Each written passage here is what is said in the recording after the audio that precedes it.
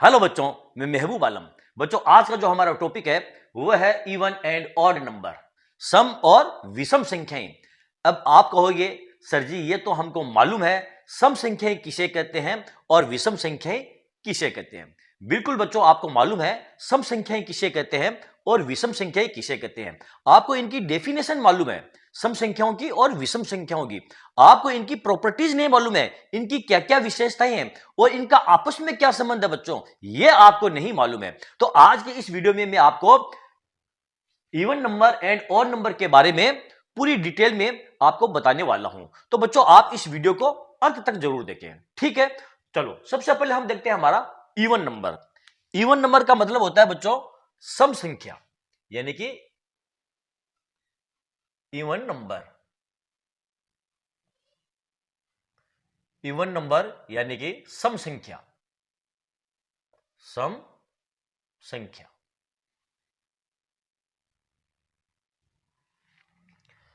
अब बच्चों, सम संख्या किसे कहते हैं? जैसे कि मैंने आपको बोला, आपको मालूम है सम संख्या किसे कहते हैं। हर वो संख्या जिसमें दो का भाग पूरा पूरा चला जाए और शेषफल शून्य बचे, वे संख्याएं सम संख्याएं कहलाती है। जैसे बच्चों यहां पर हम एग्जांपल लेते हैं 24। 24 में यदि हम दो का भाग देते हैं तो भाग कितनी बार जाएगा आपका? 12 मरतबा भाग चला जाएगा। इसमें दो से दो गया, कुछ भी नहीं बचा। 4 यहां 2, फिर 4, कुछ भी नहीं बचा। तो दो का भाग 24 में देंगे तो भाग कितनी बार जाएगा आपका? 12 मरतबा जाएगा। इसका मतलब ये हुआ कि ये 24 है आपकी एक सम संख्या है, ठीक है। इसी प्रकार बच्चों यदि हम 516 के अंदर दो का भाग दें, यानी इसको हम दो से डिवाइड करें, तो ये कितनी बार डिवाइड हो जाएगी? देखो, 2 दूनी 4, 1, 5 दूनी 10 और 8 दूनी 16, ये आपस में 258 मरतबा डिवाइड हो जाएगी। इसका मतलब ये हुआ बच्चों 516 जो है वो एक सम संख्या है, ठीक है।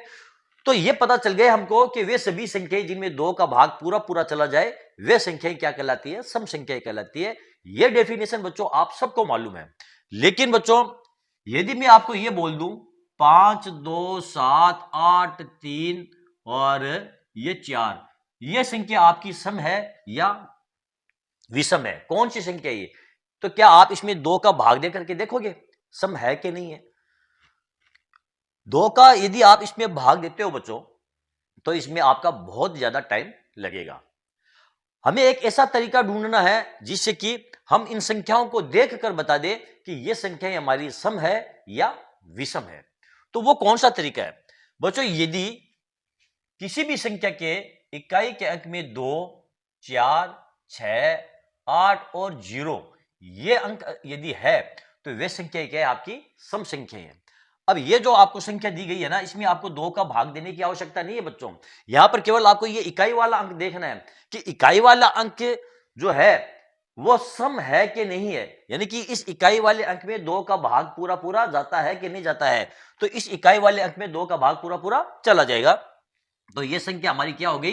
ये संख्या हमारी सम हो गई है बच्चों। यानी हम संख्याओं को देखकर बता सकते हैं कि ये संख्या हमारी सम है या नहीं है। यदि इकाई का अंक 2 है, 4 है, 6 है, 8 है और 0 है, इसके अलावा इकाई के अंक में कुछ भी अंक होगा तो वे संख्या आपकी क्या होगी? विषम संख्या कहलाएगी। आगे बात समझ में?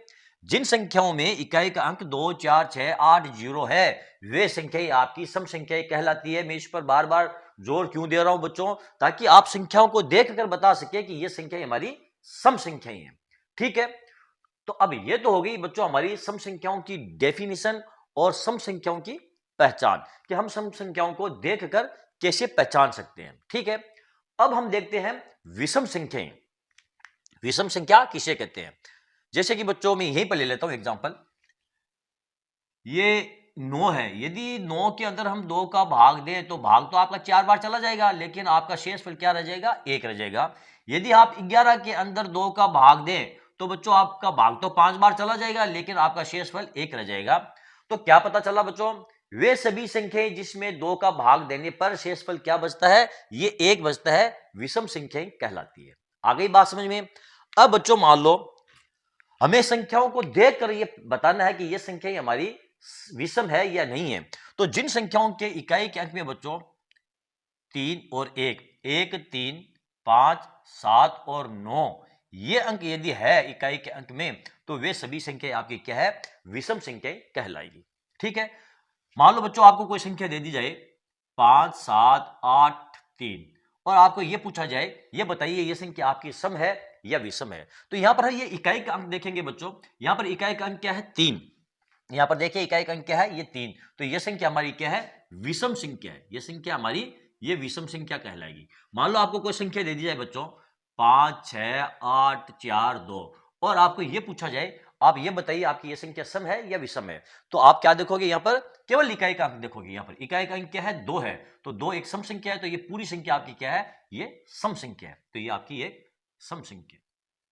आगे बात समझ में बच्चों, जिन संख्याओं में इकाई का अंक 2 4 6 8 और 0 हो तो वे संख्या आपकी सम संख्या ही है, और जिन संख्याओं में इकाई का अंक 1 3 5 7 और 9 है तो वे सभी संख्या आपकी विषम संख्या कहलाती है। हो गए यहां तक। चलो अब हम ये देखते हैं बच्चों, जैसे कि हमको ये दिया हमारा इवन नंबर, इवन नंबर की कौन कौन सी प्रॉपर्टीज होती है उसके बारे में हम जानकारी प्राप्त करते हैं। पहले मैं इसको साफ करता हूं, फिर देखते हैं कि हमारे जो सम संख्या हैं उनकी क्या क्या विशेषताएं होती है। बच्चों यहां पर ध्यान दीजिए, यहां पर मैंने सम संख्याओं की 3 प्रॉपर्टीज लिखी है। दो सम संख्याओं का योग बराबर एक सम संख्या, यानी कि बच्चों यदि हम दो सम संख्याओं को जोड़ते हैं, यहां पर 2 या 2 से अधिक भी हम कर सकते हैं, 2 या 2 से अधिक, यानी कि आप कितनी भी सम संख्याओं को जोड़े उनका जो योग आएगा वो एक सम संख्या ही आएगा। जैसे कि बच्चों यदि हम यहां पर जोड़ते हैं ये 32 प्लस 4 को जोड़ते हैं तो क्या आ जाएगा, ये 36 आ जाएगा। कितना आएगा इनका योग, ये 36 आएगा। यदि हम 4 प्लस 6 को जोड़ते हैं तो योग कितना आ जाएगा 10। यदि हम 12 प्लस 8 को जोड़ते हैं तो योग कितना आ जाएगा आपका 20। तो क्या पता चला बच्चों, यदि हम दो संख्याओं का योग करते हैं तो जो योगफल आएगा वो आपकी एक सम संख्या ही आपको प्राप्त होगी। बच्चों बहुत सारे बच्चों को ये प्रॉपर्टीज मालूम ही नहीं है और ना ही उनको ये पता है कि सम संख्याओं को जोड़ने पर क्या प्राप्त होता है, और ना ही वो जानने की कोशिश करते हैं बच्चों। ठीक है, तो आज मैंने आपको ये बताया है दो सम संख्याओं को यदि आप जोड़ते हैं, यानी आपको कोई योग दिया हुआ है और उसमें दो सम संख्याएं हैं, तो ये तो कन्फर्म है कि इनका जो योग आएगा वो एक सम संख्या ही आएगा। ठीक है, आगे देखते हैं दो सम संख्याओं का घटाव एक सम संख्या आता है। जैसे कि बच्चों 6 में से यदि हम 2 को घटाते हैं तो 4 आता है, 10 में से यदि हम 4 को घटाते हैं तो 6 आता है, 16 में से यदि हम मान लो 8 को घटाते हैं तो आपका 8 आता है। देखा बच्चों आपने क्या पता चला, यदि दो सम संख्याओं का हम घटाव करते हैं तो जो रिजल्ट आएगा वो आपका एक सम संख्या ही आएगा। ठीक है बच्चों, यदि आपको कोई क्वेश्चन दे दिया जाए जिसमें सम संख्याओं का घटाव हो, दो सम संख्या दी गई हो और उनका घटाव हो, तो यह कन्फर्म है कि इनका रिजल्ट कुछ भी आए लेकिन जो रिजल्ट आएगा वो सम संख्या के अंदर आएगा। जैसे कि 6 - 2 इसका जो रिजल्ट है वो एक सम संख्या के अंदर रिजल्ट है।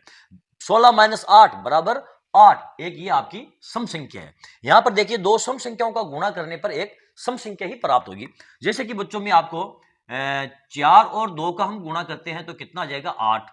जैसे कि हम 10 और गुणा 4 करते हैं तो कितना आ जाएगा, ये 40 आ जाएगा। जैसे कि बच्चों हम 8 और ये 4 का गुणा करते हैं तो आपका आ जाएगा 32। आपने देखा बच्चों, जब दो सम संख्याओं का हम मल्टीप्लाई करते हैं तो जो रिजल्ट आएगा वो आपका एक सम संख्या ही हमको प्राप्त होगी।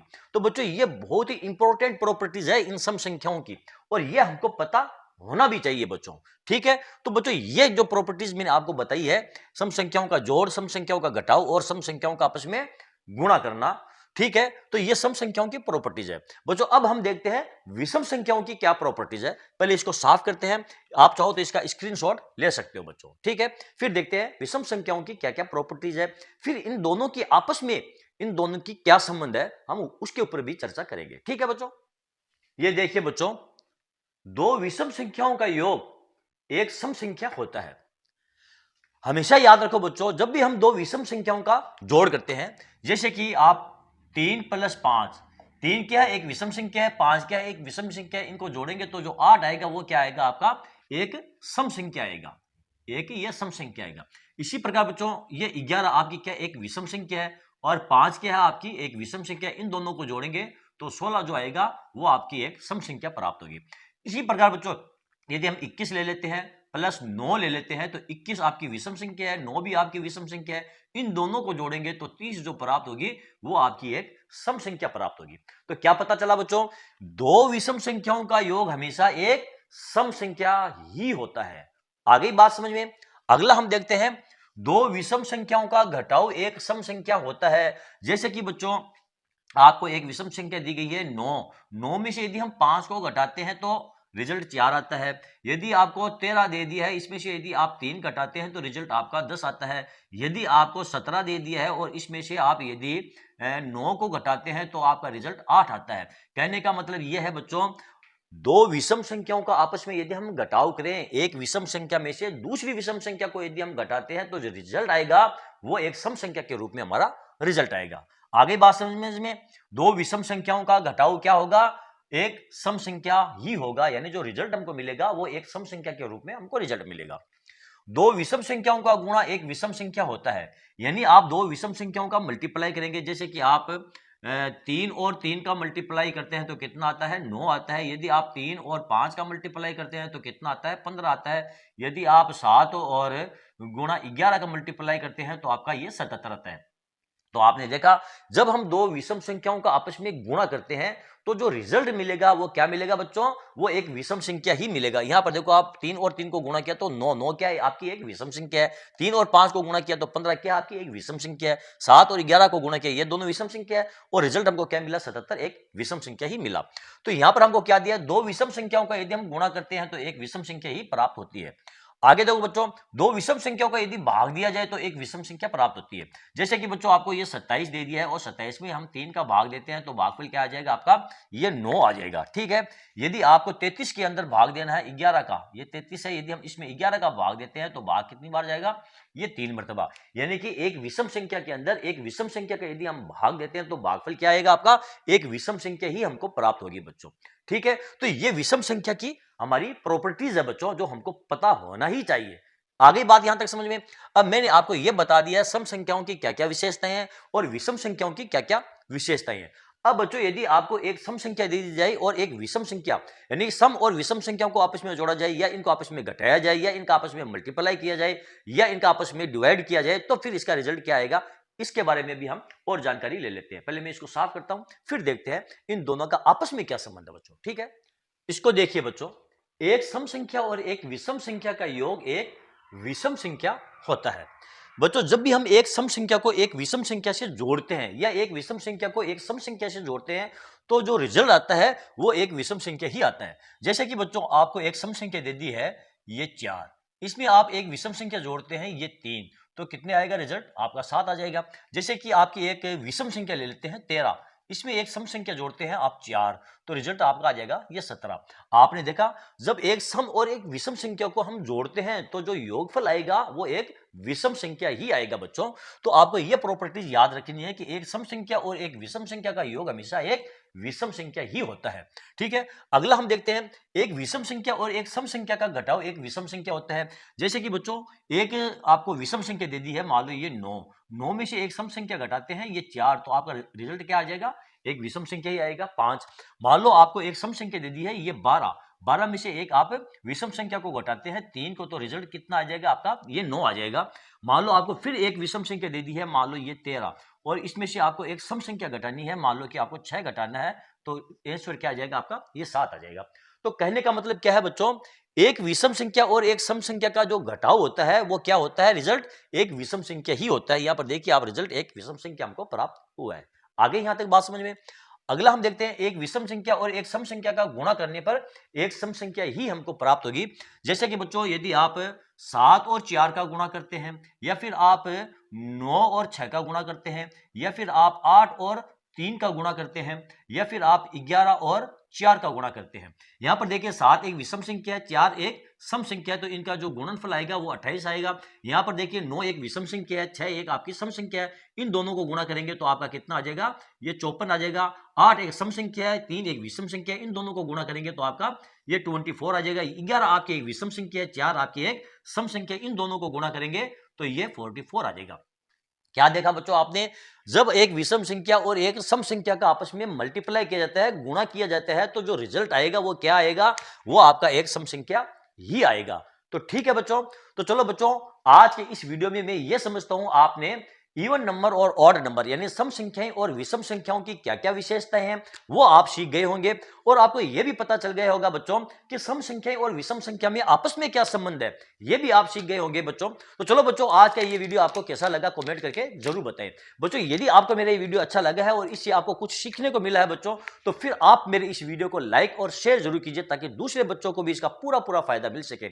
और हाँ बच्चों, यदि अभी तक आपने मेरे चैनल को सब्सक्राइब नहीं किया है तो आप मेरे चैनल को सब्सक्राइब कीजिए और नीचे जो घंटी वाला बटन दिखाई दे रहा है बच्चों, उसको दबाना ना भूले। तो चलो बच्चों, मिलते हैं अगले वीडियो में अगले टॉपिक के साथ, तब तक के लिए धन्यवाद।